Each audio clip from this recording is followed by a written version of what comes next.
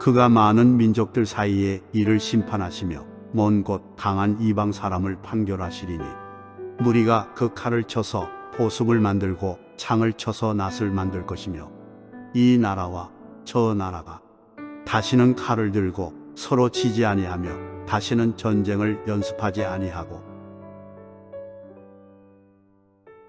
나무를 보지 말고 숲을 보아라 하는 말을 합니다.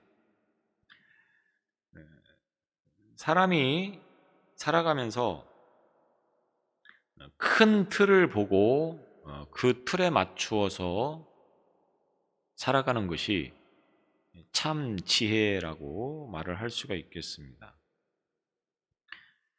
그러니까 만약 학생이 공부를 하는데 어느 대학을 가야 되겠다, 또 장차 나는 뭐가 돼야 되겠다 라고 하는 꿈을 세워놓고 공부를 하면서 그 틀에 맞추어서 살아가는 학생이 되어야지, 단지 하루하루 그냥 중간고사가 다가오면 그 중간고사만 잘 치르면 된다, 또 기말고사가 되면 기말고사만 잘 보면 된다, 그저 시험이 학교를 다니는 목적이 되어지고 학생의 목적이 되어져 버린다고 하면 크게 성공하기가 어렵다라고 하는 것입니다. 우리가 신앙생활 하면서도 마찬가지입니다. 당장 눈앞에 어떤 이익을 취하기 위해서 신앙생활을 하기보다는 성경에서 말하고 있는 큰 틀을 우리가 그려놓고 그리고 그 틀에 맞추어서 생활을 할 때에 올바른 신앙, 참다운 신앙이 되어질 수 있는 것입니다. 단지 눈앞에 있는 그런 이익만을 추구하면서 신앙생활하면 그것이 이루어지지 않을 때는 실망하고 원망하고 불평하고 뒤돌아서는 그런 일들을 감당할 수밖에 없는 신앙이 되어지는 것입니다. 그러나 큰 틀을 그려놓고 우리의 목적이, 우리의 꿈이, 우리의 비전이 하나님의 나라라고 하는 것을 생각하면서 나아가는 그 신앙이라고 하면 잠깐 눈앞에 비춰지는 어려움이 있을지라도 얼마든지 참고 극복하며 나아갈 수 있는 신앙이 되어지는 것입니다. 물론 이런 것들이 이론적으로는 이해가 되어지고 잘 알고 있지만 현실적으로는 어렵다라고 그렇게 이야기를 할 수도 있겠습니다. 그러나 우리에겐 자꾸만 기도하면서 이와 같이 큰 틀을 가지고 그 틀을 맞추어 나가는 신앙이 되게 해달라고 기도하는 태도가 있어야 할 줄로 압니다.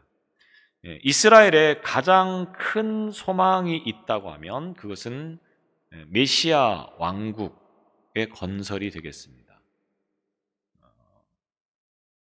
이스라엘은 작은 나라이고 그리고 그 작은 땅덩어리 가운데도 쓸모 없는 땅이 훨씬 더 많은 그런 지역에서 살면서 늘 주변국들에 의해서 괴롭힘을 당하는 그런 삶을 살아가는, 그것이 곧 이스라엘의 역사였던 것을 보게 되어집니다. 물론 성경을 통해서 이 모든 것들이 그들이 스스로 하나님을 떠나고 자꾸만 인간적인 생각과 방법을 앞세우기 때문에 하나님께서 이제 그들을 시험하시고 그들을 연단시키시고 그들을 훈련시키시려고 이런 과정을 주셨다라고 말씀을 하고 있지만, 이스라엘 민족 입장에서는 그와 같은 하나님의 뜻을 때로는 이해하면서도 때로는 눈앞에 펼쳐지는 현실 때문에 하나님을 원망하고 불평하는 그런 일들을 많이 하게 되어진다고 하는 것입니다. 그 가운데서도 그들에게 유일한 희망이 있다고 하면 그것은 바로 메시아 왕국이라고 하는 것입니다. 이제 4장에서는 그 메시아 왕국의 도래, 올 것과 또 그 영광에 대해서 예언하는 말씀을 우리가 보게 되어집니다. 그래서 1절로 2절에서 이제 말일에 이방의 여러 나라들이 여호와의 성전으로 와서 하나님의 말씀을 들으며 회심할 것을 예언하고 있습니다. 지금은 비록 이스라엘 민족을 우습게 여기고 가볍게 여기고 틈만 나면 그 땅을 정복하려고 하지만, 그러나 말일에 되어지면, 메시아 왕국이 임하게 되어지면 모든 나라가 다 이 시온으로 올 것이다, 이렇게 말씀을 주시고 있는 것입니다. 그래서 이 메시아 왕국, 다시 말하면 종말에 임할 메시아 왕국은 이스라엘 민족뿐만 아니라 많은 이방 민족까지도 참여하는 범민족적인 왕국이 될 것이라고 하는 것을 암시하는 말씀을 우리가 오늘 이 4장을 통해서 볼 수 있습니다. 그리고 이제 이어지는 3절로 5절의 말씀에서는 그 결과 많은 민족들이 여호와의 판결에 의지하는 평화의 시대가 올 것이다 라고 하는 것을 예언하는 말씀이 주어지고 있습니다. 그러나 장차 메시아의 왕국이 임하게 되어지면 그 나라가 풍요로움과 번영 가운데 전쟁이 없는 완전한 평화가 보장되어지는 나라가 될 것이다, 3절과 4절을 통해서 그렇게 말하고 있고, 그리고 미가 선지자는 택한 백성들을 위해서 이 같은 위대한 역사를 이루실 하나님을 영원히 의지하고 행할 것이라고 하는 자신의 신앙의 의지를 나타내고 있습니다. 오늘 말씀은 이스라엘 민족의 회복과 또 예루살렘 성전의 회복에만 국한되어진 것이 아니고, 역사적으로 볼 때 남과 북 이스라엘 왕국이 멸망한 이후로 단 한 번도 솔로몬 성전이 솔로몬 시대나 또 다윗 시대와 같은 그런 왕국이 세워지지 않았습니다. 알다시피 솔로몬이나 다윗 이후로는 이스라엘 역사가 단 한 번도 평안이 있었던 적이 없었을 만큼 주변 강대국들에 의해서 계속해서 침략을 당하고 어려움 가운데 있었다라고 하는 것입니다. 성전도 역시 솔로몬 성전이 파괴된 이후에 물론 2번의 성전이 더 건축이 되어지지만 과거 솔로몬 성전에 비교하면 감히 비교할 수 없을 만큼의 초라한 그런 성전이었다고 하는 것을 우리가 보게 되어집니다. 이와 같은 내용들을 통해서 보건대 이 미가 선지자가 말하고자 하는 것은 무엇입니까? 이제 장차 북이스라엘이나 남유다가 아수르나 바벨론에 의해서 멸망을 하고, 그리고 다시 포로에서 귀환을 하게 될 것이다. 그리고 이제 하나님의 나라가 임할 것이다, 이렇게 말씀을 하고 있는 것은 단지 역사적으로 그 나라가 포로 70년 지난 이후로 다시금 고국으로 귀환한 이후에 있을 일들에 대해서 말을 하는 것이기보다는 좀 더 멀리, 그러니까 메시아 왕국, 그리스도의 왕국이 세워질 것을 말씀하는 것이라고 보게 되어집니다. 예수 그리스도께서 오셔서 이제 그들이 기대하고 바라는 세상이 이루어질 것이다, 이렇게 말씀을 주시고 있는 것입니다. 물론 그때 당장은 그들의 믿음이, 그들의 신앙이 완전히 이해할 수가 없었기 때문에 메시아까지도 십자가에 못 박아 죽이는 그런 불합리한 모습들을, 불합리한 태도들을 보이게 되어지지만, 결국 여기에서 끝이 아니고 이 메시아께서 십자가를 지심으로 인하여 온 인류가 구원에 이르게 되어질 것을, 그리고 나아가서 이제 장차 예수께서 재림하셔서 하나님의 나라가 완전히 세워질 것을 말씀하고 있는 그런 내용을 이 미가 선지자가 지금 예언하고 있다라고 하는 것입니다. 이 사건은 물론 700년도 더 지난 그 이후에 있을 사건이고, 그리고 여전히 우리 가운데도 아직 임하지 않은 예수님의 재림의 때에 대해서까지도 말씀을 하는 것이라고 우리는 볼 수 있습니다. 그러나 반드시 그 때가 오게 되어지므로 그 때를 기다리면서 살아가야 한다. 이것이 곧 성경에서 우리에게 말씀하고 있습니다. 물론 시기적으로는 아직 오지 않았습니다. 그러나 개인적으로 보면 이미 이 시대의 사람들은 다 어떻게 됐습니까? 다 죽었습니다. 죽은 다음에 어떻게 됐습니까? 그들이 지옥으로 던져진 것이 아니고 여전히 하나님의 나라를 소망하면서 이제 그 나라를 꿈꾸며 살아가는 그런 상황에 있다라고 하는 것입니다. 그러므로 메시아께서 오신 것만으로도 이미 우리는 하나님의 나라에 들어갔다라고 그렇게 말을 할 수가 있는 것입니다. 그래서 그런 날이 오면 어떤 일들이 벌어지냐라고 하는 것을 3절을 통해서 말하고 있는데, 먼저 그가 많은 민족들 사이에 이를 심판하시며 라고 말하고 있습니다. 하나님께서 온 세상을 심판하실 것이다.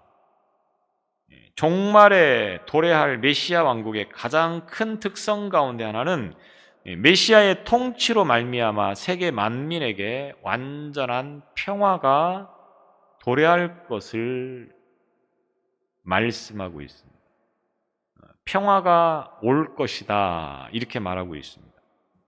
하나님의 심판과 판결을 통해서 이 세상에 전쟁이 없어지고 온전한 평화가 정착이 되어지는데, 오늘 본문에서 하나님께서 전쟁을 멈추게 하시고 평화가 이루어지도록 하시는 이 세상에 대한 통치의 방법을 말씀해 주고 있습니다. 물론 종말이 오기 전 지금도 이 나라는 아직도 완전한 평화가 임하였다라고 말을 할 수가 없습니다. 그러나 아까도 말씀을 드린 것처럼 우리의 현실적으로 보면 그런 세상이지만 믿음 안에서 사는 사람들은 어떻습니까?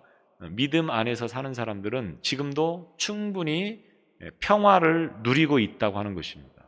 참 믿음을 가진 사람은 상황이나 환경에 관계없이 평안한 삶을 살아가게 되어지는 것입니다.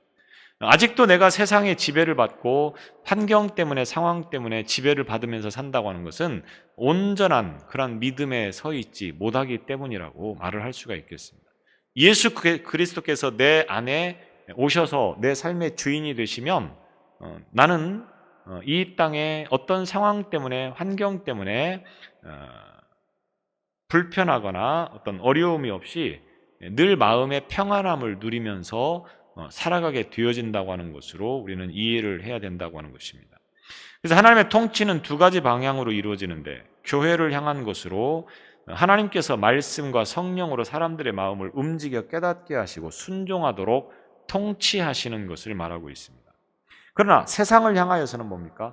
죄에 대해서 경고하시고 심판하실 것이다 라고 하는 것입니다. 이런 양면적인 통치는 그리스도의 재림으로 하나님 나라의 완전한 성취를 이룰 때까지 계속된다고 하는 것입니다. 그러니까 제가 말씀을 선포할 때 죄를 책망하고 이 죄는 반드시 하나님으로부터 심판을 당할 것이다 라고 하는 말씀을 들을 때 그 마음속에 굉장히 불안함과 근심과 초조 가운데 있게 되어진다고 하면 아직 완전한 회개를 하지 않은 상태가 될 것이고, 그래서 늘 하나님의 그 말씀에 대한 두려움을 가지고 살아가는 삶이 되어진다고 하는 것입니다. 그러나 믿음이 없는 사람들은 죄에 대해 경고를 하실 때마다 더 큰 두려움과 공포 속에서 살아갈 수밖에 없는 삶이 된다고 하는 것입니다. 그래서 이 때는 강한 이방 사람을 판결하신다라고 말하고 있습니다. 강한 이방이라고 하는 이 표현은 주로 군사력을 의존해서 세계 정복의 야망을 실현시키고자 하는 그런 강대국들을 가리키는 말이 되어지겠습니다. 판결하신다고 하는 것은 세상 나라들이 행하는 잘못, 특별히 다른 나라들을 침입하여서 약탈하고 파괴하는 일들을 서슴없이 행하는 그런 행위를 가리키는 표현이 되겠습니다. 하나님께서는 먼저 전쟁을 일으켜서 인근 국가를 침탈하는 이들 국가의 폭력성을 심판하시고 무력화시키신 다음에 하나님 나라의 합당한 겸손과 그리고 사랑의 마음을 부어주심으로 순종하게 할 것이다. 이렇게 말씀을 하고 있습니다. 그런 점에서 하나님께서 세상을 다스리시는 방법이 어떤 나라에 대해서 완전한 멸망으로 끝이 나는 심판의 판결을 내리시고 또 다른 나라에 대해서 잘못된 일을 하고 있음을 질책하여서 돌이키게 하시는 것임을 알게 하는 예언이라고 그렇게 할 수가 있겠습니다. 지금은 세상 무서운 줄 모르고 힘이 있고 능력이 있어서 그런 것들을 가지고 마음껏 자기들의 그 방식대로 주물럭거릴지라도 하나님의 심판대가 되어지면 그들이 더 비참한 그런 상황이 될 것이다 라고 그렇게 말씀을 하고 있습니다. 그러면서 무리가 그 칼을 쳐서 보습을 만들고 창을 쳐서 낫을 만들 것이며 이렇게 말하고 있습니다. 하나님께서 다른 나라들을 파괴하고 침략하는 강한 나라들을 심판하겠다고 하는 예언이 그 결과 어떻게 일어나느냐, 무리가 그 칼을 쳐서, 여기서 무리가 정확하게 누구인가라고 하는 것을 밝히고 있지 않습니다. 현대어 성경을 보면 이 무리가라고 하는 이 말을 세계 만민이라고 그렇게 번역해 놓았습니다. 또 세번역 성경을 보니까 나라마다라고 그렇게 번역을 해 놓았습니다. 또 킹 제임스 번역본을 보니까 그들이라고 해서 강한 나라들을 말하고 있는 듯한 표현을 해주고 있습니다. 그러니까 여기서 무리가라고 하는 이 말이 아까 강한 이방 사람을 판결하시는 그들인지 아니면 그들을 제외한 어떤 다른 나라들인지가 명확하지 않다라고 하는 겁니다. 근데 성경마다 번역본마다 조금씩 차이가 있습니다. 중요한 것은 어디이든 간에 평화의 시기가 올 것이다 라고 하는 것입니다. 강한 나라도 부드러운 나라가 되도록 만들 것이고, 또 강한 나라의 침략 때문에 어려움을 당하였던 약소국들도 이제는 전쟁에 대한 두려움을 갖지 않아도 된다고 하는 것을 말씀하고 있다고 하는 것입니다. 그래서 칼을 쳐서 보습을 만들고 창을 쳐서 낫을 만든다. 여기서 이 보습이라고 하는 말은 밭을 갈 때 사용하는 농기구로서 우리식으로 말하면 삽과 같은 어떤 그런 것이라고 이해를 할 수가 있겠습니다. 그래서 칼과 창을 불에 녹여서 보습을 만들고 그리고 낫을 만들어서 전쟁 무기가 아닌 농사를 짓는 일에 사용하는 그런 도구로 만들어서 사는 그런 시대가 온다. 전쟁 무기가 필요 없고 이제 농사 짓는 일에만 이제 열심히 하면 된다라고 하는 그런 평화의 시대를 이와 같이 표현을 해서 말씀을 해주고 있는 것입니다. 이 칼과 창이라고 하는 것은 침입하는 국가에서도 필요한 무기이지만 방어를 하는 그런 국가에서도 필요한 무기 아니겠습니까? 그러니까 아까 강한 나라가 칼과 창을 이렇게 만드는지 아니면 그 약소국들이 만드는 것인지를 명확하게 표현해 주고 있지 않기 때문에 이제 이와 같이 이해를 하면서 우리가 이 말씀을 보게 되어집니다. 여튼 세상에는 이제 전쟁이 없고 평화가 임한다라고 하는 것을 이 말씀을 통해서 보게 되어집니다. 그러면서 이 나라와 저 나라가 다시는 칼을 들고 서로 치지 아니하며 다시는 전쟁을 연습하지 아니하고 무기를 농기구로 만들어서 이제 농사 일만 열심히 하게 되어지고 그리고 결코 전쟁을 연습하지 않아도 되는 그런 평화의 시대를 이와 같이 말씀을 해주고 있다고 하는 것입니다. 근데 표준 세번역을 보면 이 원문의 의미를 살려서 다시는 군사 훈련도 하지 않을 것이다 이렇게 표현을 해 놓은 것을 봅니다. 그래서 이 현대어 성경을 3절을 보면 이와 같이 기록을 해놓고 있습니다. 오늘 우리 개역 성경과 한번 비교해서 한번 보시기 바랍니다. 주님이 모든 민족 사이에서 분쟁을 조정하시고 멀어진 강대국들에게 판결을 내리신다. 그때는 세계 만민이 자기들의 무기를 녹여 평화의 농기구를 만들고 자기들의 모든 군사 비용을 복제 사회 건설에 투자할 것이다. 민족들이 더 이상 서로 싸우지 않을 것이다. 전쟁 시대가 영구히 지나갈 것이기 때문이다. 온 우주에 평화가 가득 차서 모든 군사 학교들과 훈련소들이 폐지될 것이다. 3절을 이렇게 번역을 해 놓은 것을 보게 되어집니다. 그래서 이 메시아 왕국이 세워지면 이와 같이 평화가 임하여서 다시는 전쟁에 대한 두려움과 공포를 갖지 않아도 될 것이다 라고 하는 것을 말씀하고 있습니다. 이 때를 바라보면서 살아가라고 하는 것을 말씀하고 있는 것입니다. 지금의 현실이 어렵고 힘들고 또 우리들의 뜻대로 의도대로 되어지지 않는 것 때문에 우리는 실망하고 또 낙심할 수 있습니다. 그러나 큰 틀을 그리면서 결국 하나님의 나라에서의 삶을 위해서 지금 잠깐 훈련받는 기간, 또 연습하는 기간이라고 생각하면서 이 때를 잘 견디는 것이 참 승리자의 모습이라고 하는 것을 미가가 말씀하는 것처럼 오늘 저와 여러분 또한 이 말씀처럼 장차 우리 가운데 임할 영원한 하나님의 나라를 사모하면서 잘 극복해 나가는 그런 믿음이 되시기를 바랍니다. 기도하시겠습니다.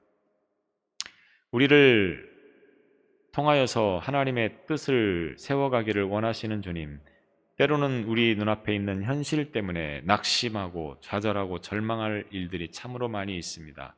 그러나 우리로 하여금 당장 눈앞에 비춰지는 것을 전부로 알고 살지 않게 하시고 영원한 하나님의 나라를 소망하며 살아가는 인생들이기에 이제 그 때를 위해서 지금의 훈련 기간, 지금의 고난의 기간을 잘 참고 견디는 신앙이 되어지도록 인도하여 주옵소서. 우리가 견딜 만큼의 신앙을 시련을 주시는 그 하나님이심을 믿고 우리가 이 모든 것들을 믿음으로 잘 극복해 나갈 수 있도록 은혜를 베풀어 주옵소서. 예수님 이름으로 기도드리옵나이다. 아멘.